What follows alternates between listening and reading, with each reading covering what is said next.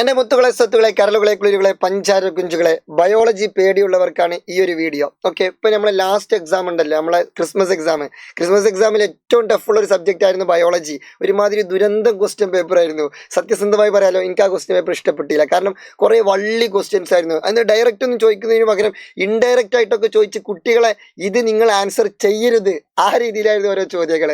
പക്ഷെ കുഴപ്പമില്ല, നമ്മളതൊക്കെ എന്ത് ചെയ്തു, നമ്മളതൊക്കെ തരണം ചെയ്ത് മുന്നോട്ട് പോട്ടെ. അത് ഇനി അതിനെക്കുറിച്ച് ചിന്തിക്കണ്ട, അത് കഴിഞ്ഞല്ലോ, പോയത് പോയി. നമ്മൾക്ക് ഇനി എന്ത് ചെയ്യണം, നമ്മളെ പബ്ലിക് എക്സാം ഇതേപോലെ ആവരുത്. പബ്ലിക് എക്സാം നമുക്ക് ഒന്നും കൂടി സൂപ്പർ ആവണം. ഇപ്പം നമ്മൾ ജസ്റ്റ് ഒന്ന് പൊട്ടിയെന്ന് എഴുതിയിട്ട് നമ്മൾ എന്ത് ചെയ്ത്, അല്ലെങ്കിൽ ഇപ്പം നമ്മൾ ജസ്റ്റ് ഒന്ന് വീണ് പോയി എന്ന് എഴുതിയിട്ട് പബ്ലിക് എക്സാമിനും ഇതേപോലെ നമ്മൾ വീണ് പോകരുത്. കാരണം പബ്ലിക് എക്സാമിന് പിന്നെ ഒരു സെക്കൻഡ് ചാൻസ് ഇല്ല. നമ്മളിപ്പോൾ ഇലക്ഷനൊക്കെ കഴിഞ്ഞ് കഴിഞ്ഞാൽ ഇലക്ഷനിൽ എനിക്ക് 2ാം സ്ഥാനം ഉണ്ട്, അതുകൊണ്ട് എന്താ കാര്യം, ഒരു കാര്യമില്ലല്ലോ. അന്നുപോലെ പബ്ലിക് എക്സാമിന് പിന്നെ ഒരു സെക്കൻഡ് ചാൻസ് ഇല്ല. ഓണം കഴിഞ്ഞാൽ ക്രിസ്മസ് ഉണ്ട്, ക്രിസ്മസ് കഴിഞ്ഞാൽ പബ്ലിക് ഉണ്ട്, പബ്ലിക് കഴിഞ്ഞാൽ പിന്നെ ഒന്നുമില്ല. അപ്പോൾ നിങ്ങൾ എന്ത് ചെയ്യുക, പബ്ലിക് എക്സാമിന് നമ്മൾ ഇനി തോൽക്കരുത്, അല്ലെങ്കിൽ പബ്ലിക് എക്സാമിന് നമ്മൾക്ക് മാർക്ക് കുറയരുത്. അപ്പോൾ ബയോളജി കുറച്ചെങ്കിലും പേടിയൊക്കെ ഉള്ള ആളുകൾക്കാണ് എന്ത് ചെയ്യുന്നത്, ഞാൻ കുറച്ച് ഐഡിയകൾ പറഞ്ഞുതരാം, എന്ത് ചെയ്യണം, എങ്ങനെ ചെയ്യണം എന്നുള്ള കാര്യങ്ങളാണ് നമ്മൾ പറയാൻ പോകുന്നത് കേട്ടോ. ഓക്കെ, ഒന്നാമത് ശ്രദ്ധിക്കേണ്ടതെന്ന് വെച്ചാൽ ബയോളജി ഈസ് നോട്ട് എ ദുരന്ത സബ്ജക്ട്. ബയോളജി ഒരു ദുരന്തം സബ്ജക്റ്റ് അല്ല എന്നുള്ളത് മനസ്സിലാക്കാം. എല്ലാവർക്കും ഇപ്പോൾ കഴിഞ്ഞ വർഷം വരെ ബയോളജി വളരെ സിമ്പിളായുള്ള എക്സാം ആയിരുന്നു, എല്ലാവർക്കും ബയോളജി ഇഷ്ടമായിരുന്നു, കാരണം അത്ര വലിയ ബുദ്ധിമുട്ടൊന്നും ഇല്ലായിരുന്നു. പക്ഷേ ഇപ്പോൾ ഈ വർഷം ബയോളജിയിൽ കണ്ടന്റ് കൂടി, അത്യാവശ്യത്തിലധികം പഠിക്കാനുണ്ട്, അതൊരു സത്യമാണ്. മാത്രമല്ല പരീക്ഷൻ്റെ ക്വസ്റ്റ്യൻ പേപ്പർ അത്യാവശ്യം നല്ലോണം ടൈറ്റായി. അതുകൊണ്ടാണ് നമുക്കിതൊരു ദുരന്ത സബ്ജക്റ്റാണ്, ഇതൊരു വള്ളി സബ്ജക്റ്റാണ്, ഇത് ഭയങ്കര ബുദ്ധിമുട്ടാണ് അങ്ങനെയൊക്കെ തോന്നാൻ കാരണം എന്താണെന്ന് വെച്ചാൽ നമ്മൾ ആ ക്വസ്റ്റ്യൻ പേപ്പർ നമ്മൾ എന്ത് ചെയ്തിട്ടുണ്ട്, ഒന്ന് മൊത്തത്തിൽ കറക്കിയിട്ടുണ്ട്. അതുകൊണ്ടാണ് ആ ക്വസ്റ്റ്യൻ പേപ്പർ സിമ്പിൾ ആവുകയാണെങ്കിൽ ഇത്ര പ്രശ്നമില്ലായിരുന്നു, അപ്പോൾ നമുക്ക് വലിയ സീനൊന്നും ഉണ്ടാവില്ല. അപ്പോൾ നിങ്ങൾ അൾട്ടിമേറ്റ്ലി മനസ്സിലാക്കേണ്ടത് ക്വസ്റ്റ്യൻ പേപ്പർ ഒന്ന് ടൈറ്റായി, അതുകൊണ്ടാണ് നമുക്ക് അങ്ങനെ തോന്നുന്നത്. അല്ലാതെ ബയോളജി ഭയങ്കര പ്രശ്നക്കാരൻ, ബയോളജി ഫുള്ള് സീനാണ്, ബയോളജി ഭയങ്കര ദുരന്തമാണ്, അങ്ങനെയൊന്നുമില്ല. അതൊരു പാവാണ്, ബയോളജി ഒരു പാവം സബ്ജക്റ്റാണ്, ഒരു സാധു, എന്നൊക്കെ പോലെ ഒരു സാധു മനുഷ്യനാണ് ആര്, ബയോളജി. അപ്പോൾ ഫസ്റ്റ് അക്സെപ്റ്റ് ചെയ്യേണ്ടതെന്ന് വെച്ചാൽ ബയോളജി പഠിക്കാൻ സിമ്പിളാണ്, വലിയ സീനൊന്നുമില്ല. നമുക്ക് നമ്മളെ ബോഡിനെ കുറിച്ചും നമ്മളെ ചുറ്റുപാടുള്ള ഓർഗാനിസത്തിനെ കുറിച്ചൊക്കെ ഉള്ള കാര്യങ്ങളാണ് എന്ത് ചെയ്യുക, ബയോളജിയിൽ പഠിക്കാനുള്ളത്. അപ്പോൾ നമുക്ക് എന്ത് ചെയ്യുക, കണക്ട് ചെയ്ത് പഠിക്കാം, സംഭവം സിമ്പിൾ സാധനമാണ്. പിന്നെ ക്വസ്റ്റ്യൻ പേപ്പർ ഒന്ന് ടൈറ്റായി, അത് ഇനി അടുത്തിൽ മേ ബി ലൂസ് ആവാം, ഒന്നും കൂടി സിമ്പിൾ ആവാം, അപ്പോൾ വലിയ പ്രശ്നമൊന്നുമില്ല എന്നുള്ളത് ആദ്യം എന്ത് ചെയ്യുക, അക്സെപ്റ്റ് ചെയ്യുക എന്നുള്ളതാണ് ഫസ്റ്റ് തിങ്. അല്ലാതെ ബയോളജി ഭയങ്കര പ്രശ്നമാണെന്ന് വിചാരിച്ചുകൊണ്ട് പഠിക്കാതിരുന്ന കഴിഞ്ഞാൽ പിന്നെ അത് ഭയങ്കര പ്രശ്നക്കാരാം, അപ്പോൾ ഉള്ള കോൺഫിഡൻസും പോകും. അപ്പോൾ ബയോളജി ഒരു പാവമാണ്, സാധുവാണ്, ബയോളജി സിമ്പിളാണ്, റൊമാൻറ്റിക് ആണ് എന്ന് വിചാരിക്കുക. ഓക്കെ, അത് സത്യമാണ്, ബയോളജി സിമ്പിളാണ്, റൊമാൻറ്റിക് ആണ്, അടിപൊളിയാണ്, സൂപ്പറാണ്, അതാണ് സത്യം. അപ്പോൾ നിങ്ങൾ എന്ത് ചെയ്യരുത്, അതിന് വെറുതെ എന്ത് ചെയ്യരുത്, അതിനെ അപകീർത്തിപ്പെടുത്തി സംസാരിക്കരുത്, അതൊരു പാവാണ് ബയോളജി. ഓക്കെ, അതാദ്യം മനസ്സിലാക്കാം. ഇനി രണ്ടാമത്തെ കാര്യം എന്താണെന്ന് പറഞ്ഞാൽ ഫോക്കസ് ഓൺ ഓൾ കണ്ടന്റ്, എല്ലാ കാര്യങ്ങളും പഠിക്കാം. അല്ലാതെ സാർ ഇത് ഇമ്പോർട്ടൻ്റ് ആണോ, അത് ഇമ്പോർട്ടൻ്റ് ആണോ, അങ്ങനെയുള്ള ചോദ്യത്തിന് പ്രസക്തിയില്ല. കാരണം എല്ലാ ഭാഗത്തു നിന്നും ക്വസ്റ്റ്യൻ വരുന്നുണ്ട്. പുതിയ ക്വസ്റ്റ്യൻ പാറ്റേൺ പ്രകാരം എല്ലാ മുക്കിൽ നിന്നും മൂലയിൽ നിന്നും ക്വസ്റ്റ്യൻസ് ചോദിക്കുന്നുണ്ട്. അതായത് നമ്മൾ പോലും ശ്രദ്ധിക്കാത്ത ഓരോ ദുരന്ത ഏരിയകൾ ഉണ്ടാവും, അവിടുന്ന് വരെ ക്വസ്റ്റ്യൻ വരുന്നുണ്ട്. അപ്പോൾ സാർ ഇത് ഇമ്പോർട്ടൻ്റ് ആണോ എന്ന് ചോദിച്ചാൽ മേ ബി അത് ഇമ്പോർട്ടൻ്റ് ആണ്. ഇനിയിപ്പോൾ നമ്മൾ ഇമ്പോർട്ടൻ്റ് അല്ല എന്ന് പറഞ്ഞു കണ്ട് പിന്നെ ചിലപ്പോൾ അവിടുന്ന് ക്വസ്റ്റ്യൻ ചോദിച്ചാൽ നിങ്ങൾ തന്നെ പറയും അയാൾ അന്ന് പറഞ്ഞു അത് ഇമ്പോർട്ടൻ്റ് അല്ല, എന്നിട്ട് അവിടുന്ന് ക്വസ്റ്റ്യൻ വന്നല്ലോ, അല്ലെങ്കിൽ അയാൾക്കൊന്നും അറിയില്ല എന്ന് പറയാണ്ട് നിങ്ങൾ ചിലപ്പോൾ നമ്മളോട് ചൂടാവാൻ ചാൻസ് ഉണ്ട്, അല്ലെങ്കിൽ നമ്മളെ കുറ്റം പറയാൻ ചാൻസ് ഉണ്ട്. അപ്പോൾ ഞാൻ സത്യസന്ധമായി പറയട്ടെ, എല്ലാ കണ്ടന്റും പഠിക്കുക, എല്ലാതും പഠിക്കുക. കാരണം പുസ്തകം മാറിയ ഒരു കൊല്ലമാണ് ഈ കൊല്ലം എന്ന് പറയുന്നത്. അപ്പോൾ എവിടുന്നൊക്കെ എങ്ങനെയൊക്കെ ക്വസ്റ്റ്യൻ വരും എന്നുള്ളത് സത്യസന്ധമായിട്ട് പറയാലോ, മാഷന്മാർക്ക് പോലും സത്യസന്ധമായിട്ട് ഇത് അറിയില്ല. മാഷന്മാരും ഈ ക്വസ്റ്റ്യൻ വരുമ്പോഴാണ് ഇവിടെ നിന്നൊക്കെ ചോദ്യം വരാല്ലേ, അവിടെ നിന്നൊക്കെ ചോദ്യം വരാല്ലേ എന്നുള്ള മാഷന്മാർക്ക് അപ്പോഴാണ് സത്യമായിട്ട് മനസ്സിലാവുന്നത്. അപ്പോൾ നിങ്ങളൊരു കാര്യം മനസ്സിലാക്കണം. പിന്നെ കുറേ ആളുകൾ എന്ത് ചെയ്യും, പല ക്വസ്റ്റ്യൻസും ഇത് ഇമ്പോർട്ടൻ്റ് ആണ്, അത് ഇമ്പോർട്ടൻ്റ് ആണ്, അത് ഒരു എന്താണ്, നിങ്ങൾക്കൊരു കോൺഫിഡൻസ് തരാൻ വേണ്ടിയിട്ട് പറയാണ്. ഇപ്പോൾ ഞാനും അങ്ങനെ പറയാറുണ്ട്. പക്ഷെ നിങ്ങൾ എന്ത് ചെയ്യണം, അൾട്ടിമേറ്റ്ലി എല്ലാ കണ്ടന്റും പഠിക്കണം. പിന്നെ ചില ടീച്ചേഴ്സ് എന്ത് ചെയ്യും, ഇത് ഇമ്പോർട്ടൻ്റ് ആണെന്നൊക്കെ പറയും, അപ്പോൾ അതൊന്നും കൂടി സ്ട്രെസ് ചെയ്ത് പഠിക്കുക. അല്ലാതെ ബാക്കിയുള്ള ഒന്നും പഠിക്കാതെ അത് മാത്രം പഠിച്ചു പോകുന്ന ആ ഒരു മുമ്പുള്ള പ്രവണത ഉണ്ടല്ലോ, അത് മാറ്റി വെച്ചിട്ട് എല്ലാ കണ്ടന്റും പഠിക്കുക.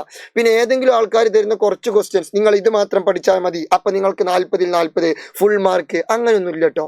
ഫുള്ള് നല്ല രീതിയിൽ വൃത്തിക്ക് പഠിച്ചാൽ മാത്രമേ നല്ല മാർക്ക് കിട്ടുള്ളൂ. അല്ലാതെ തട്ടിക്കൂട്ട് പഠിത്തം കൊണ്ടൊന്നും കാര്യമില്ല. എല്ലാ കണ്ടന്റും കൃത്യമായിട്ട് ഫോക്കസ് ചെയ്യുക. അൾട്ടിമേറ്റ്ലി നമ്മൾ മൊത്തം പഠിക്കുക. പിന്നെ നമുക്ക് എന്താ ടെൻഷൻ, ഒരു ടെൻഷനും ഇല്ലല്ലോ.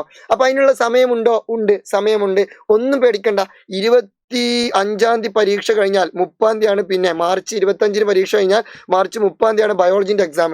അതിൻ്റെ ഇടയിൽ 5 ദിവസം ഗ്യാപ്പ് ഉണ്ട്. ഏറ്റവും ലാസ്റ്റ് പരീക്ഷ ബയോളജി ആണല്ലോ, 5 ദിവസം ഗ്യാപ്പ് ഉണ്ട്. ആ 5 ദിവസം ഗ്യാപ്പിൽ പഠിച്ചാൽ തീരാവുന്നതേ ഉള്ളൂ ബയോളജി, സീനൊന്നുമില്ല എന്ന് കരുതിയിട്ട് എന്നാൽ അപ്പം പഠിക്കാം, ഇപ്പം പഠിക്കണ്ട, അത് പാളിട്ടോ. ഓക്കെ, കാരണം ഇപ്പം കുറച്ചൊക്കെ പഠിച്ചു വെച്ചാലേ അപ്പം നമുക്ക് പെട്ടെന്ന് എന്ത് ചെയ്യാൻ പറ്റുള്ളൂ, സ്പീഡിൽ പഠിക്കാൻ പറ്റുള്ളൂ. അപ്പോൾ ബയോളജി സീനൊന്നുമില്ല, അടിപൊളിയായിട്ട് പഠിക്കാൻ പറ്റും, എല്ലാ കണ്ടന്റും പഠിക്കാൻ. ഞാൻ വീണ്ടും പറയുന്നു സാർ, ഇനി ഇത് ഇമ്പോർട്ടൻ്റ് ആണോ അത് ഇമ്പോർട്ടൻ്റ് ആണോ, ആ ചോദ്യത്തിന് പ്രസക്തിയില്ല. കാരണം നിങ്ങളാണ് ആദ്യത്തെ പരീക്ഷണ വസ്തുക്കൾ. പുസ്തകം മാറിയതിന് ശേഷമുള്ള ഫസ്റ്റ് പരീക്ഷണ വസ്തു നിങ്ങളാണ്. അപ്പോൾ നിങ്ങളിലാണ് എന്ത് ചെയ്യുന്നത്, ക്വസ്റ്റ്യൻ പരീക്ഷിക്കുന്നത്, എവിടെ നിന്നൊക്കെ ക്വസ്റ്റ്യൻ ഇടാന്നുള്ളത്. അപ്പോൾ സത്യം പറഞ്ഞാൽ ഇത് ഏതൊക്കെ ഇമ്പോർട്ടൻ്റ് ആണെന്നുള്ളത് ക്വസ്റ്റ്യൻ ഇടുന്ന ആൾക്കാർക്ക് മാത്രമേ അറിയുള്ളൂ, അല്ലാതെ നമുക്ക് എല്ലാവർക്കും ഇങ്ങനെ പറയാൻ പറ്റുന്നില്ല. അപ്പോൾ നിങ്ങൾ ആ ഒരു സത്യം മനസ്സിലാക്കുക, അതാണ് യാഥാർത്ഥ്യം കേട്ടോ. അപ്പോൾ നിങ്ങളെല്ലാം പഠിക്കണം, എല്ലാ കണ്ടന്റും പഠിക്കണം. ഇനി അടുത്തത് മൂന്നാമത്തെ കാര്യം എന്ന് പറഞ്ഞാൽ focus on all pictures. Text ബുക്കിലുള്ള എല്ലാ പിക്ചേഴ്സും A to Z ഇങ്ങനെ എന്ത് ചെയ്യണം, മൊത്തം നോക്കി പോകണം. അല്ലാതെ നിങ്ങൾക്ക് ഇഷ്ടമുള്ള 2-3 പിക്ചേഴ്സ് ഇത് മാത്രമേ വരുള്ളൂ, അങ്ങനെയൊന്നുമില്ല. എല്ലാ പിക്ചറും നോക്കി പോവുക. അതായത് നമ്മളെല്ലാ പിക്ചറും നോക്കി പോയി കഴിഞ്ഞാൽ പിന്നെ നമുക്ക് ടെൻഷൻ ഇല്ല. കാരണം എല്ലാ പിക്ചറും നോക്കി കഴിഞ്ഞാൽ പിന്നെ നമ്മൾ നോക്കിയെന്നല്ല പിക്ചർ വരുള്ളൂ, അല്ലാതെ നമ്മൾ നോക്കാത്തതൊന്നും വരില്ലല്ലോ. നമ്മൾ 2-3 നോക്കിപ്പോയുള്ള പ്രശ്നം എന്ന് വെച്ചാൽ ചിലപ്പോൾ അപ്പുറത്തുള്ളതേക്കാരും ചോദിക്കാം, അപ്പോൾ നമ്മൾ ലോക്കാവും. അപ്പോൾ എല്ലാ ചിത്രവും നോക്കണം. ഓക്കെ അല്ലേ? അതാണ് മൂന്നാമത് ശ്രദ്ധിക്കേണ്ട കാര്യം. നാലാമത്തെ ശ്രദ്ധിക്കേണ്ട കാര്യം എന്താണെന്ന് വെച്ചാൽ റോട്ട് ലേണിങ്ങും വേണം, കോൺസെപ്ഷ്യൽ ലേണിങ്ങും വേണം. അതെന്താ സാധനം? റോട്ട് ലേണിംഗ് എന്ന് പറഞ്ഞാൽ കാണാപ്പാഠം. ബയോളജിയിൽ ചില സാധനങ്ങൾ കാണാപ്പാഠം പഠിക്കേണ്ടതാണ്. ചില ആൾക്കാർ പറയും മനസ്സിലാക്കി പഠിക്കുക, അത് ശരിയാണ്, മനസ്സിലാക്കി പഠിക്കൽ. ആ കോൺസെപ്ഷ്യൽ ലേണിംഗ് അതും വേണം. ഇത് രണ്ടും എന്തിൽ വേണം? ബയോളജിയിൽ വേണം. കാണാപ്പാഠം പഠിക്കണമെന്നും വേണം, മനസ്സിലാക്കി പഠിക്കണമെന്നും വേണം. എല്ലാതും മനസ്സിലാക്കി പഠിക്കാനുള്ള സാധനങ്ങളൊന്നുമല്ല. ഇപ്പോൾ ഫോർ എക്സാമ്പിൾ, ഇപ്പോൾ എലിപ്പനിയുടെ ബാക്ടീരിയ എലിപ്പനിക്ക് കാരണമാകുന്ന പാത്തോജൻ അത് ബാക്ടീരിയയാണ്. അതിലിപ്പോൾ എന്താ മനസ്സിലാക്കാനുള്ളത്? എലിപ്പനി, ബാക്ടീരിയ. പിന്നെ എന്താണ്, ഇപ്പോൾ റിംഗ് വേം അത് വട്ടച്ചൊറിക്ക് കാരണമാകുന്നത് ഏതാണ്? ഫംഗസ് ആണ്. വട്ടച്ചൊറി, ഫംഗസ്. അതിലിപ്പോൾ എന്താ മനസ്സിലാക്കാൻ? എന്തെങ്കിലും ചിന്തിച്ച് ഫിസിക്സ് ഒക്കെ പോലെ എന്തെങ്കിലും ചിന്തിക്കാനുള്ളതുണ്ടോ? ഒന്നും ചിന്തിക്കാനുള്ളതില്ല. അത് ഡയറക്റ്റ് കാണാപ്പാഠം പഠിക്കുക എന്നുള്ളതാണ്. അപ്പോൾ അത് അങ്ങനെയുള്ള സാധനങ്ങൾ അങ്ങനെ തന്നെ അങ്ങനെ തന്നെ സൂപ്പറായിട്ട് പെട്ടെന്ന് പഠിച്ചു പോവാ. ഇപ്പൊ തൈറോക്സിൻ പ്രൊഡ്യൂസ് ചെയ്യുന്നു, അതിലിപ്പോൾ എന്താ മനസ്സിലാക്കാനുള്ളത്? തൈറോക്സിൻ പ്രൊഡ്യൂസ് ചെയ്യുന്നു. പാൻക്രിയാസ് ഇൻസുലിനും ഗ്ലൂക്കോണും പ്രൊഡ്യൂസ് ചെയ്യുന്നു. അത് അങ്ങനെ പഠിച്ചു പോവുക. പിന്നെ എന്താ കോൺസെപ്ഷ്യൽ ലേണിംഗ്? അതെന്താ സംഭവം എന്ന് ചോദിച്ചാൽ, ഇപ്പൊ നിങ്ങളുടെ ഈ വർഷത്തെ ക്വസ്റ്റ്യൻ പേപ്പറിൽ ഉണ്ടായിരുന്നു ഗ്ലൂട്ടാമേറ്റിന്റെ ക്വസ്റ്റ്യൻ ചോദിച്ചപ്പോൾ ഒരു കുട്ടി പഠിക്കുന്ന സമയത്ത് കറണ്ട് പോയി, അപ്പൊ അവിടെ നടക്കുന്ന മാറ്റങ്ങൾ എന്ത്, അങ്ങനെയൊക്കെ ചോദിക്കുമ്പോൾ ഇതെന്താ സംഭവം എന്നുള്ളൊരു സാധനം വരും. അപ്പോൾ അതെന്താന്ന് വെച്ചാൽ അത് ആ സിറ്റുവേഷനുകൾക്ക് മനസ്സിലാവണം, എന്നാലേ ആ സിറ്റുവേഷനിൽ പ്രവർത്തിക്കുന്ന കാര്യങ്ങൾ എഴുതാൻ പറ്റുള്ളൂ. വേറൊരു ഉദാഹരണം പറഞ്ഞുതരാം. ഇപ്പൊ ഫോർ എക്സാമ്പിൾ ബോഡി ബാലൻസിങ്ങിന് സഹായിക്കുന്ന ഒരു പാർട്ടാണ് ഇത് സെറിബെല്ലം അല്ലെ. അപ്പൊ മേ ബി പരീക്ഷയ്ക്ക് ഇങ്ങനെ ചോദിക്കാം, ഒരാൾ കള്ളു കുടിക്കുമ്പോൾ അയാളുടെ ബോഡി ബാലൻസിങ് നഷ്ടപ്പെടുന്നു. അപ്പൊ അവിടെ ശരിക്കും ഏത് ഓർഗനാണ് എഫക്ട് ചെയ്തത്? അങ്ങനെ ഒരു സാധനം നമ്മൾ പഠിക്കുന്നുണ്ടോ? കള്ളു കുടിക്കുന്നു അങ്ങനെയൊന്നും നമ്മൾ പഠിക്കുന്നില്ല. അപ്പൊ നമ്മൾ ചിന്തിക്കണം, കള്ളു കുടിക്കുമ്പോൾ അയാളുടെ ബോഡി ബാലൻസിങ് നഷ്ടപ്പെടും. അപ്പൊ സ്വാഭാവികമായിട്ടും ബോഡി ബാലൻസിങ് നഷ്ടപ്പെടാൻ കാരണം എന്തായിരിക്കും? അത് സെറിബെല്ലത്തിനെ ബാധിച്ചതുകൊണ്ടായിരിക്കും. അത് നമ്മൾ എന്ത് ചെയ്യണം? നമ്മൾ കണ്ടെത്തണം. അതാ ഞാൻ പറഞ്ഞത്, അവിടെ കോൺസെപ്ഷ്യൽ ലേണിംഗ് ആണ് വേണ്ടത്. ഇനി വേറെ ഉദാഹരണം പറയാം. ഇപ്പൊ എമർജൻസി സിറ്റുവേഷനിൽ പ്രവർത്തിക്കുന്ന ഹോർമോണാണ് ഇത് എപ്പിനെഫ്രിനും നോർ എപ്പിനെഫ്രിനും. അപ്പൊ പരീക്ഷയ്ക്ക് മേ ബി ഇങ്ങനെ ചോദിക്കാം, നിങ്ങളൊരു പട്ടി കടിക്കാൻ വന്നു, അപ്പോൾ പ്രവർത്തിക്കുന്ന ഹോർമോൺ ഏത്?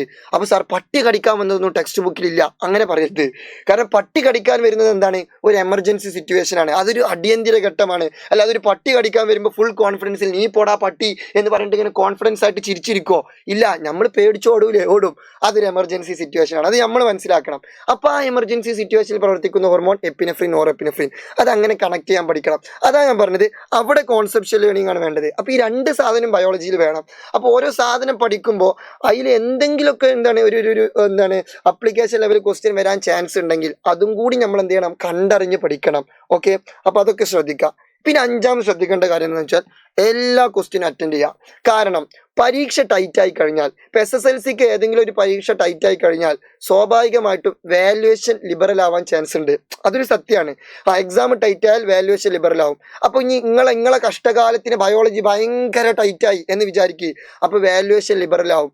അപ്പോഴുള്ള മെച്ചം എന്താണെന്ന് ചോദിച്ചാൽ, ജസ്റ്റ് പരീക്ഷന്റെ ആൻസർ കീ വരുമ്പോൾ കുട്ടി ഒരു ക്വസ്റ്റ്യൻ അറ്റൻഡ് ചെയ്തിട്ടുണ്ടെങ്കിൽ 1/2 മാർക്ക് കൊടുക്കാം, അല്ലെങ്കിൽ കുട്ടി എന്തെങ്കിലും ആ ക്വസ്റ്റ്യനുമായി ബന്ധപ്പെട്ട് എഴുതിയിട്ടുണ്ടെങ്കിൽ 1/2 മാർക്ക് കൊടുക്കാം. അങ്ങനെയൊക്കെ ചിലപ്പോൾ വാല്യുവേഷൻ സ്കീമിൽ ഉണ്ടാവും.